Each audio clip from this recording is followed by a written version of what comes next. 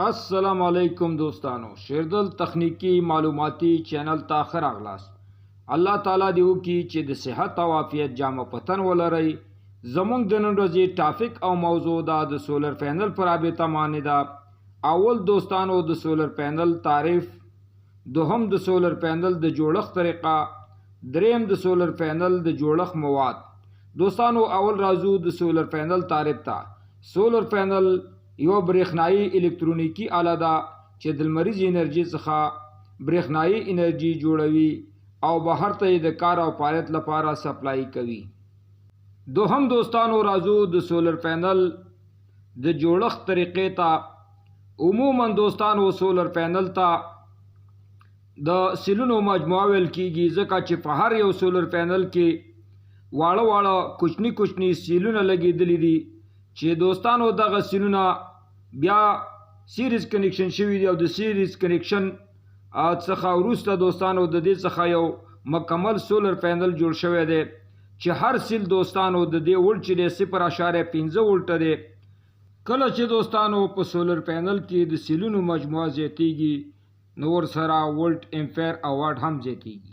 لکه څنګه چې دوستانو مونږ یو 0.5 واټه سولر پینل د 12 ولټه ډیسی وولټ لپاره استعمالوو. عموما دوستانو په دې کې 9 سیلونه نصب شوي دي او هر سیل دوستانو 0.5 ولټه دی.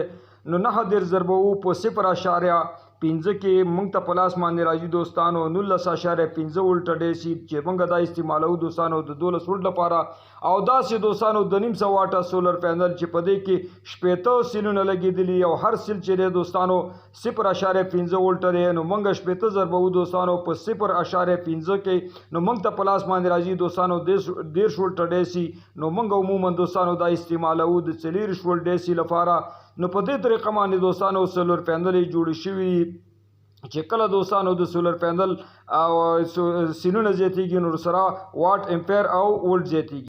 نو په دې طریقه باندې عموما سولر پینل جوړ شوي دي د مختلفو ولټیجونو لپاره، د مختلفو امپیرونو لپاره او د مختلفو واټونو لپاره.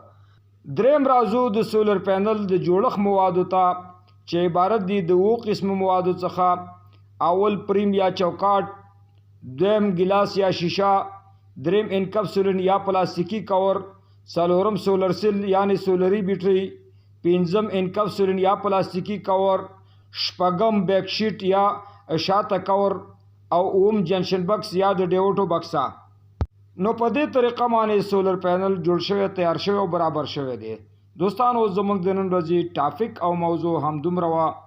که غواړئ د برق د تخنیک څخه ځانونه برخمن کړئ او خپل هر قسم برقي وسایل په خپلو کورونو کې جوړ کړئ نو زما چینل سره سبسکرایب کړئ او دا ویډیو د سره لایک کړئ. السلام علیکم.